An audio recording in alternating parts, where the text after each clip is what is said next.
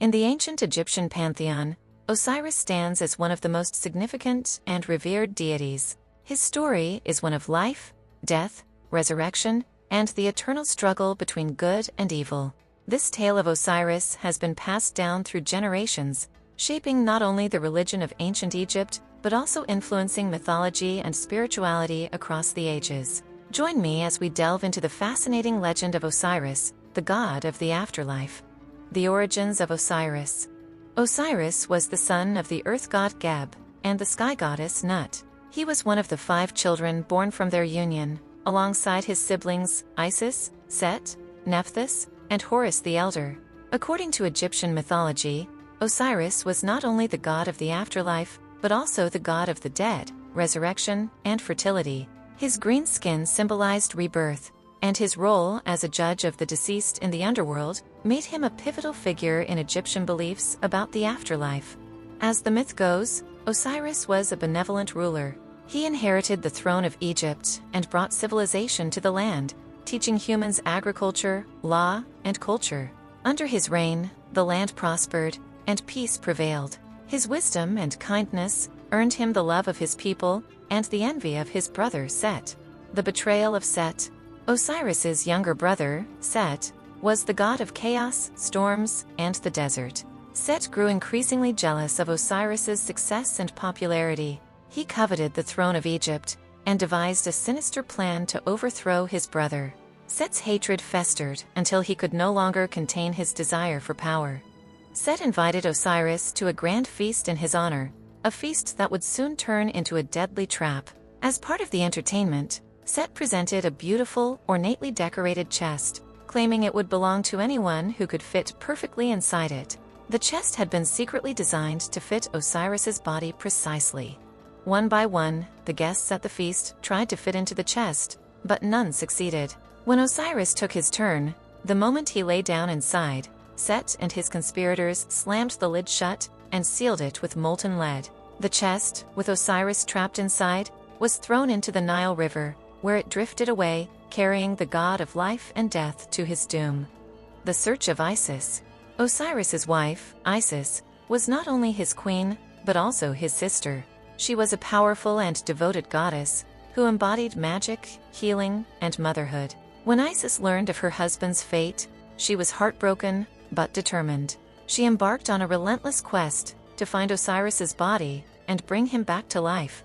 Isis searched the Nile River and the surrounding lands for the chest containing Osiris. Her journey was long and arduous, but with the help of her sister Nephthys, Anubis, the god of mummification, and Thoth, the god of wisdom and magic, she finally discovered the chest. It had been lodged in the branches of a tamarisk tree that had grown around it, protecting Osiris's body. However, Isis's trials were far from over. Set discovered that Isis had found Osiris's body, and in a fit of rage, he tore the body into 14 pieces and scattered them across Egypt. This act of brutality was intended to ensure that Osiris would never return. The resurrection of Osiris.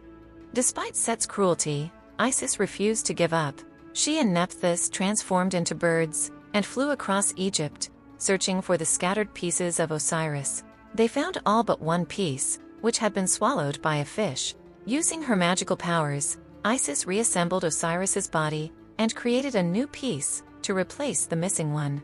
With the help of Anubis, who performed the first mummification, and Thoth, who provided the necessary incantations, Isis resurrected Osiris. However, his resurrection was incomplete. Osiris was no longer fit to rule the living.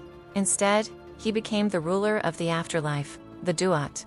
In his new role, Osiris presided over the judgment of souls. When a person died, their heart was weighed against the feather of Mahat, the goddess of truth and justice.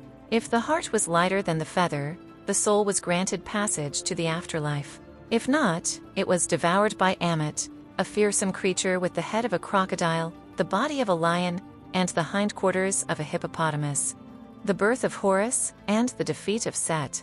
Isis's story does not end with the resurrection of Osiris. Before his death, Isis had conceived a son, Horus, who would become the avenger of his father. Horus was raised in secrecy to protect him from Set, and when he came of age, he challenged his uncle for the throne of Egypt. The battle between Horus and Set was fierce and prolonged, lasting for 80 years. Both gods fought valiantly, each representing opposing forces, Horus for order and justice, Set for chaos and destruction.